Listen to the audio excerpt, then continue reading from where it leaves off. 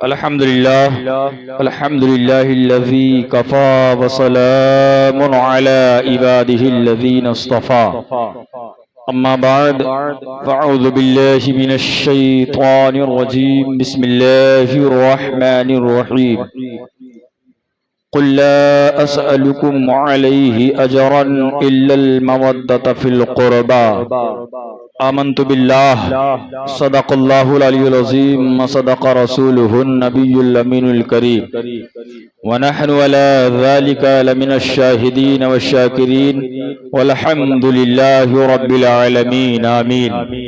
حضرات، میں نے خطبہ مسنونہ کے بعد جس آیت مقدسہ کی تلاوت کرنے کا شرف حاصل کیا اس کے متعلق عرض کرنے سے پیشتر ہم تمامی حضرات عقیدت و محبت کے ساتھ جھوم جھوم کر بارگاہ مصطفیٰ صلی اللہ علیہ وسلم میں ہدی درود و سلام کی ڈالی پیش کر لیا جائے۔ پڑھیے اللہم صلی علی سیدنا و شفیعنا حبیبنا قریبنا مولانا محمد بارک وسلم صلو علیہ صلاۃ و سلام علیک یا حبیبی یا رسول اللہ صلی اللہ تعالی علیہ وسلم۔ حضرات، میں نے آپ سے سلام بھی کر لیا اور سلام کے بعد خطبہ بھی پڑھ لیا، خطبے کے بعد درود شریف بھی پڑھ لی گئی۔ اگر مرضی ہو تو تھوڑی دیر بول دیا جائے، ورنہ سلام میں نے کر لیا ہے اور سلام کے بعد صلاۃ و سلام پڑھ لیا جائے، بول دیا جائے۔ تو کسی شاعر نے کہا تھا، بس تھوڑی دیر، کسی شاعر نے کہا تھا کہ اسلام تھا، اسلام ہے، اسلام رہے گا۔ سبحان اللہ بول دے تو۔ شاعر نے کہا اسلام تھا، اگر بات سچی لگے تو بولیے، زبردستی نہیں، بات سمجھ میں آئے اور یہ سمجھ میں آئے کہ بات صحیح ہے، بات سچ ہے، بات حق ہے، تو پھر بولیے گا سبحان اللہ۔ شاعر نے کہا اسلام تھا، اسلام ہے، اسلام رہے گا، اور قرآن تھا، قرآن ہے، قرآن۔ صحیح بات ہے کہ غلط؟ اب ہم چلا چلا کے تقریر نہیں کریں گے، ہم 10-15 منٹ آپ کو سمجھا کے بات کر لیں گے۔ تو بات جو شاعر نے پہلے مصرے میں کہا کہ اسلام تھا، اسلام ہے اور اسلام، تو اسی جگہ پر تھوڑی دیر ٹھہر جائیں۔ اسلام کو بہت مٹانے کی کوششیں کی گئیں، اسلام کو بہت دبانے کی کوششیں کی گئیں، لیکن اسلام نے بھی ان دبانے والوں کے سر پہ سر چڑھ کر کے بولا، اور اسلام نے ان مٹانے والوں کو پیغام دیا اور سبق دیا۔ کہا ہم وہ ہیں کہ اسلام تھا، اسلام ہے، اسلام رہے گا، اور قرآن تھا، قرآن ہے، قرآن رہے گا۔ اور اسلام کی گردن پر حسین ابن علی کا احسان تھا، احسان ہے، احسان۔ بات صحیح ہے، امام حسین کا اسلام کی گردن پر احسان ہے، اور آپ اور ہم پر اور آپ پر بھی مولا حسین کا احسان کل بھی تھا، آج بھی ہے، اور آنے والی میری تمام نسلوں پر بھی مولا حسین کا احسان رہے گا، مولا حسین کا احسان رہے گا۔ تو حضرات، اسی کے حوالے سے تھوڑی دیر بات سماعت کریں۔ قاری مجسم صاحب نے بھی اسی آیت کریمہ کی تلاوت کری، میں نے بھی پڑھا، انہوں نے کچھ اور بات کہی، میں جو کہنا اس قرآن کی آیت کے حوالے سے میں وہ بات کہوں گا۔ اللہ رب العزت نے قرآن عظیم الفرقان حمید کے اندر ارشاد فرمایا، قل لا اسألکم علیہ اجرا الا المودۃ فی القربى۔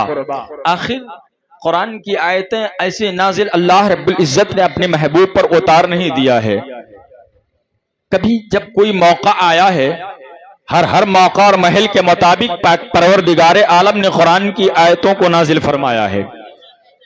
تو جب پیغمبر اعظم صلی اللہ تعالی علیہ وسلم نے، آپ نے تو سن لیا کہ نبی نے تبلیغ اسلام فرمائی، یعنی دین کی تبلیغ فرمائی ہے، تو یہ آیت کریمہ اس وقت نازل ہوئی جب صحابہ کرام بارگاہ مصطفیٰ صلی اللہ علیہ وسلم میں حاضر ہوئے اور عرض کیا، یا رسول اللہ علیہ الصلاۃ والتسلیم، آپ نے تبلیغ اسلام فرمائی، آپ نے ہم لوگوں کو کلمہ پڑھایا، ہم لوگوں تک دین کی بات پہنچانے میں یا رسول اللہ آپ نے بڑی مشقتیں اٹھائی ہیں، بڑی تکلیفیں اٹھائی ہیں، آپ نے بہت دشواریوں کا سامنا آپ کو کرنا پڑا ہے۔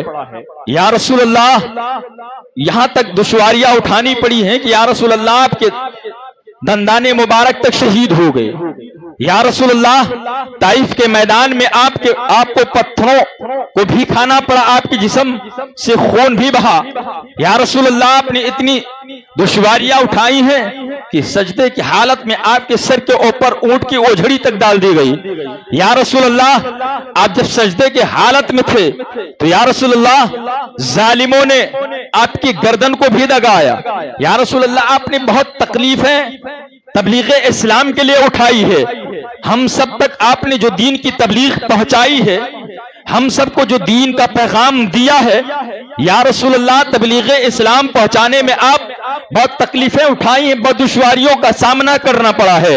یا رسول اللہ، جب ہم لوگوں کو آپ نے تبلیغ اسلام فرما کر کے، آپ اپنا کلمہ پڑھا کر کے یا رسول اللہ ہم لوگوں کو مومن بنا دیا، جہنم کے راستے سے ہٹا کر کے جنت کا راستہ دکھا دیا، جہنم سے نکال کر کے جنت میں داخل کر دیا، تو یا رسول اللہ میرا حق بنتا ہے کہ آپ نے مجھے تبلیغ اسلام دین کی باتیں پہنچانے میں اتنی دشواریاں اٹھائی ہے، تو میرا بھی حق بنتا ہے کہ میں آپ کو اس کا کچھ نہ کچھ معاوضہ عطا کر دوں۔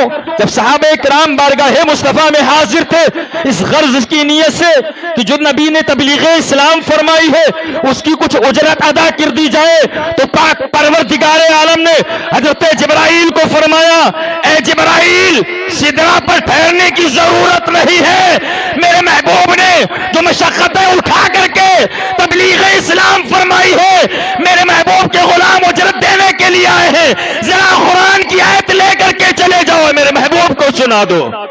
نعرہ تکبیر، نعرہ رسالت، مسلک اعلی حضرت، ذکر آقا امام حسین، نعرہ تکبیر، نعرہ رسالت۔ اللہ نے فرمایا جاؤ میرے محبوب کو یہ آیت کریمہ سنا دو۔ کیا سنا دو؟ قُلْ لَا أَسْأَلُكُمْ عَلَيْهِ أَجْرًا إِلَّا الْمَوَدَّةَ فِي الْقُرْبَى۔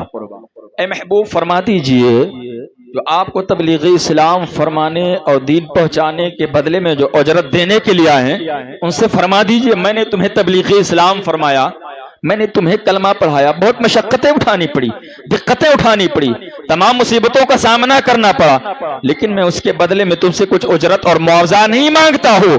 یہ کس نے کہا؟ اللہ رب العزت نے قرآن کی آیت کریمہ نازل فرمائی۔ اے میرے محبوب اپنے امتیوں سے، اپنے غلاموں سے، اپنے صحابہ سے فرما دیجئے میں نے جو تبلیغ اسلام فرمائی ہے اس کے بدلے میں تم سے کچھ اجرت نہیں چاہیے، اگر چاہیے تو کیا چاہیے؟ الا المودۃ فی القربى۔ اللہ نے فرمایا میرے محبوب اپنے غلاموں سے، اپنے صحابہ سے، اپنے اہل بیت کی محبت کو مانگ لو۔ کیا؟ اپنے اہل بیت کی محبت کو مانگ لو۔ پتا چلا جو آج اہل بیت سے محبت ہم اور آپ کرتے ہیں، ہم یہ اپنی مرضی کے مطابق نہیں کرتے ہیں، پروردگار عالم ہم نبی کے غلاموں کو اہل بیت سے محبت کرا رہا ہے اور محبت اہل بیت کا پیغام دے رہا ہے، اس لیے ہم خدا کے فرمان کو اپنے دل میں تسلیم کر کے اور مان کر کے اور حق مان کر کے اللہ کے محبوب کے اہل پاک سے محبت کرتے ہیں۔ لوگ سوچتے ہیں ہم اپنی مرضی سے محبت کرتے ہیں، یا اپنی مرضی سے محبت نہیں ہوتی، ورنہ اللہ فرما دیتا ہے میرے محبوب آپ نے تبلیغ اسلام فرمائی، اس کا اجرت دے رہے ہیں وہ لے لیجئے، جس کی مرضی ہوگی آپ سے محبت کرے گا، جس کی مرضی ہوگی آپ کی آل سے محبت کرے گا، لیکن اللہ رب العزت نے فرمایا ہے میرے محبوب کوئی اجرت نہیں لینا، اگر کچھ لینا تو اپنے آل پاک کی محبت کہہ دو کہ تم سے کچھ اجرت نہیں چاہیے، چاہیے تو صرف میرے آلوس کی محبت چاہیے، میرے آلوسی میرے اہل بیت سے محبت کرو، تو پتا چلا آج ہم اور آپ اگر محبت کرتے ہیں تو اس میں مرضی خدا بھی شامل ہے اور مرضی مصطفیٰ بھی شامل ہے، اور جس کام میں مرضی خدا ہو اور مرضی مصطفیٰ ہو جب اسے کوئی کر لیا کرتا ہے تو اسے خدا بھی راضی ہوتا ہے، مدینے کے مصطفیٰ بھی راضی ہے سبحان اللہ سبحان اللہ۔ تو آج ہم اہل بیت سے اور امام حسین سے محبت کرتے ہیں تو خدا کے مرضی کے مطابق، حضور کے مرضی کے مطابق کرتے ہیں کہ نہیں کرتے ہیں؟ تو ہم اپنے مقدر پر ناز کریں کہ اللہ رب العزت نے ہم سب کو امام حسین سے محبت کرنے والا بنایا ہے۔ بہت لوگ ہیں امام حسین سے محبت کرنے والے، ہر کوئی نہیں ہے. اللہ رب العزت نے یہ آیت کریمہ جب کون گیا تھا اجرت دینے کے لیے؟ صحابہ گئے تھے.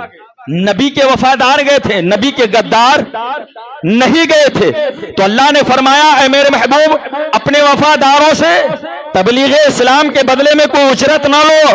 اگر کچھ کہنا ہے تو کہہ دو میرے اہل بیت سے محبت کرو. تو پتا چلا جو نبی نے جسے کہا تھا, فرمایا تھا کہ تم میرے آل پاک سے محبت کرو, وہ نبی کے وفادار تھے.